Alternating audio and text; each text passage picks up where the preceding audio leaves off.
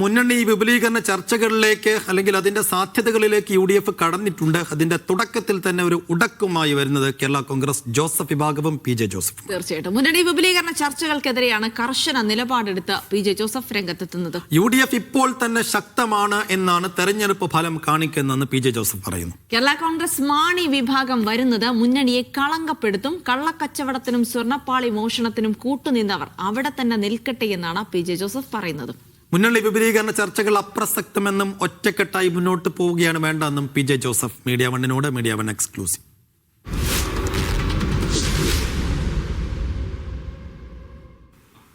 തദ്ദേശ തെരഞ്ഞെടുപ്പ് ഫലം വന്നതോടുകൂടി കേരള രാഷ്ട്രീയത്തിൽ ഉയർന്നു കേട്ടിരുന്ന പല ചോദ്യങ്ങൾക്കും വ്യക്തമായ ഉത്തരം ലഭിച്ചിട്ടുണ്ട്.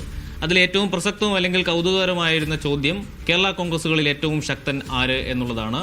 തിരഞ്ഞെടുപ്പ് ഫലം അതിന് വ്യക്തമായ ഉത്തരം നൽകുന്നുണ്ട്. മറ്റാരുമല്ല, കേരള കോൺഗ്രസിന്റെ ജോസഫ് വിഭാഗത്തിന്റെ ചെയർമാൻ PJ ജോസഫ് തന്നെയാണ് എന്നുള്ളതാണ്. PJ ജോസഫ് നമുക്കൊപ്പം ചേരുന്നുണ്ട്. നിയമസഭാ തെരഞ്ഞെടുപ്പിന്റെ ഒരു സെമി ഫൈനലാണ് കഴിഞ്ഞത്. അതിൽ വിജയിച്ചു കഴിഞ്ഞിരിക്കുന്നു. ദിശ മാറിയിരിക്കുന്നു, കാറ്റ് മാറിയിരിക്കുന്നു. ഇടതുപക്ഷത്തിന് അനുകൂലമായ കാറ്റ് മാറി എതിർദിശയിലേക്ക് കാറ്റ് വീശാൻ തുടങ്ങിയിരിക്കും. ഇനി ശ്രദ്ധയോടുകൂടി മുന്നോട്ട് പോകണം, ഏക മനസ്സോടെ മുന്നോട്ട് പോകണം. ചിലർ അഭിപ്രായ വ്യത്യാസങ്ങളൊന്നും അതിന് തടസ്സമാകാൻ പാടില്ല. അതിനൊറ്റക്കെട്ടായി നീങ്ങാൻ ഞങ്ങൾ തീരുമാനിച്ചിട്ടുണ്ട്. അതുപോലെ അങ്ങ് പറഞ്ഞിരുന്ന എല്ലാ പ്രവചനങ്ങളും യാഥാർത്ഥ്യമായിരിക്കുന്നു. അതുപോലെ ഏറ്റവും പ്രധാനപ്പെട്ട ഒരു പ്രവചനമായിരുന്നു 2 കൊഴിയും എന്നുള്ളത്. പൂർണ്ണമായി കൊഴിഞ്ഞിട്ടില്ല. ഏതായാലും വാടി റോഷിയുടെ കീഴിലുള്ള 9 പഞ്ചായത്തും കട്ടപ്പന മുനിസിപ്പാലിറ്റി അവിടെ കൊഴിഞ്ഞിരിക്കുന്നു. നിയമസഭാ തെരഞ്ഞെടുപ്പിനായി ഒരുങ്ങുമ്പോൾ പ്രതിപക്ഷ നേതാവ് VD സതീശൻ പറയുന്നത് മുന്നണി വിപുലീകരണം ഉണ്ടാകും എന്നുള്ളതാണ്. പ്രധാനപ്പെട്ട കക്ഷികൾ മുന്നണിയിലേക്ക് വരും എന്നാണ്. അങ്ങനെയല്ല പറഞ്ഞത്. 100 സീറ്റോടുകൂടി ഐക്യജനാധിപത്യത്തോടെ തിരിച്ചു വരുമെന്ന് പറഞ്ഞത്. അത് വരാൻ ഇപ്പം തന്നെ ശക്തമാണ്. തെളിയില്ലേ ഈ കാറ്റ്? അതിന് ഈ മുന്നണി തന്നെ ശക്തമാണ്. അതിന് ആരും വരണമെന്നില്ല. അങ്ങനെയാണെങ്കിൽ കേരള കോൺഗ്രസ് മാണി വിഭാഗം UDFിലേക്ക് വരേണ്ടതില്ല. ഈ തെറ്റുകൾക്കും അഴിമതിക്കും മുഴുവൻ കൂട്ടുനിന്നതിന് ശേഷം അവസാന ദിവസം വന്നാൽ അത് ഈ മുന്നണിയെ കളങ്കപ്പെടുത്തും. സണ്ണി ജോസഫ് അടക്കമുള്ള പ്രമുഖ നേതാക്കൾ മാണി വിഭാഗത്തെ ക്ഷണിക്കുകയാണ് ഉണ്ടായത് ഇന്നും ഇന്നലെയൊക്കെയായി. അതൊന്നുമല്ല. മാണി വിഭാഗം അവരുടെ അണികൾ ഇങ്ങോട്ട് പോരട്ടെ, ഞങ്ങൾ ഈ സ്വാഗതം ചെയ്തു. ഈ കള്ളക്കച്ചവടത്തിനും സ്വർണ്ണപ്പാളി മോഷണത്തിനും കൂട്ടുനിന്നവർ അവിടെ തന്നെ നിൽക്കട്ടെ. അപ്പോൾ അങ്ങനെ ഒരു ആലോചന ഉണ്ടായെങ്കിൽ അതിനെ എതിർക്കുന്നു. എതിർക്കല്ല, അതിൻ്റെ ആവശ്യമില്ല, പ്രസക്തിയില്ല. തീർച്ചയായും വരാനിരിക്കുന്ന എല്ലാ തെരഞ്ഞെടുപ്പുകളിലും കേരള കോൺഗ്രസിനും UDFിനും വലിയ വിജയാശംസകൾ നേരുന്നു. പ്രതികരിച്ചതിന് നന്ദി. ജിബിൻ തോമസിനൊപ്പം മുഹമ്മദ് ആഷിഖ്, മീഡിയ വൺ, ഇടുക്കി. ജോസഫുമായി സംസാരിച്ച ഞങ്ങളുടെ പ്രതിനിധി മുഹമ്മദ് ആഷിഖ് ഇപ്പോൾ നമ്മോടൊപ്പം ചേരുന്നുണ്ട്. Ashiq, good morning.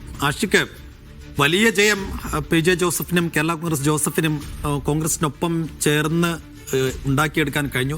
പ്രത്യേകിച്ച് തൊടുപുഴയിലും കട്ടപ്പനയിലും ഒക്കെ വലിയ ജയം. അപ്പോൾ ആഷിഖ് സ്വാഭാവികമായും PJ ജോസഫിനോട് ചോദിക്കുന്നുണ്ട്, കേരള കോൺഗ്രസ് എമ്മിനെ തിരിച്ചെത്തിക്കുന്നതിൽ എതിർപ്പുണ്ടോ?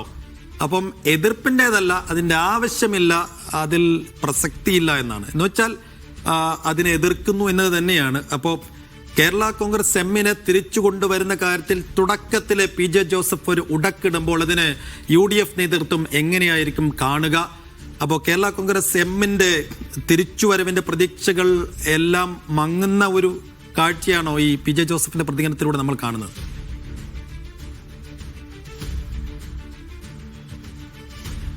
Jilsy Saifuddin, good morning. ആദ്യമായി പറയേണ്ടത്, കേരള കോൺഗ്രസ് ജോസഫ് വിഭാഗം തിരിച്ചുവരവ് നടത്തിയിരിക്കുന്നത് വലിയ ശക്തമായ ശക്തി തെളിയിച്ചിരിക്കുന്ന ഇടുക്കിയിലും തൊടുപുഴയിലും മാത്രമല്ല, സംസ്ഥാനത്തൊട്ടാകെ നോക്കുമ്പോൾ തന്നെയും കേരള കോൺഗ്രസുകളിൽ ഏറ്റവും ശക്തമായ വിജയം നേടിയിരിക്കുന്നത് PJ ജോസഫ് വിഭാഗം തന്നെയാണ്.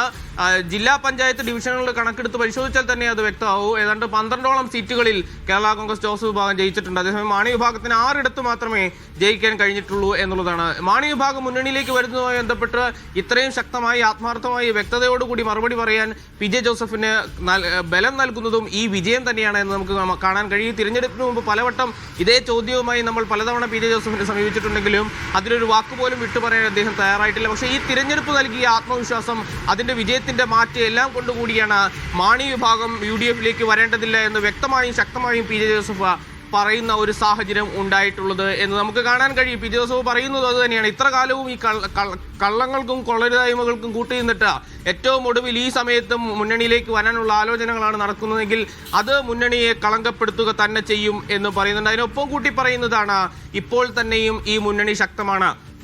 വി.ഡി. സതീശൻ പറഞ്ഞു വെച്ചതുപോലെ 100 സീറ്റുകളുമായി നിയമസഭാ തെരഞ്ഞെടുപ്പ് വിജയിക്കുവാനായി ഇപ്പോൾ തന്നെയും മുന്നണി ശക്തമാണ് എന്ന് കാണിക്കുന്ന തരത്തിലാണ് ഈ തദ്ദേശ തെരഞ്ഞെടുപ്പിന്റെ ഫലം എന്നും അദ്ദേഹം ചൂണ്ടിക്കാണിക്കുന്നുണ്ട്. എന്ന് വെച്ചാൽ ഇനി ആരെയും വരുത്തേണ്ടതില്ല, കൂട്ടിച്ചേർക്കേണ്ടതില്ല എന്ന വ്യക്തമായ നിലപാട് തന്നെയും പറയുന്നു എന്നുള്ളതാണ്. അങ്ങനെയാണെങ്കിൽ സണ്ണി ജോസഫ് അടക്കമുള്ളവരുടെ പ്രതികരണങ്ങളെ കുറിച്ച് പി ജെ ജോസഫിനോട് ചോദിക്കുമ്പോൾ അദ്ദേഹം പറയുന്നത്, മാണി വിഭാഗത്തിലെ അണികൾ വരട്ടെ, അവരെ സ്വീകരിക്കാൻ ഞങ്ങൾ തയ്യാറാണ്, പക്ഷേ ആ നേതൃത്വത്തെ സ്വീകരിക്കാൻ, തങ്ങളെ വഞ്ചിച്ചു പോയവരെ സ്വീകരിക്കാൻ തങ്ങൾ തയ്യാറല്ല. അത്തരം ആലോചനകളുണ്ടെങ്കിൽ അതിനെ എതിർക്കുന്നു എന്ന് തന്നെയാണ് അദ്ദേഹം വ്യക്തമായി തന്നെയും പറയുന്നത്.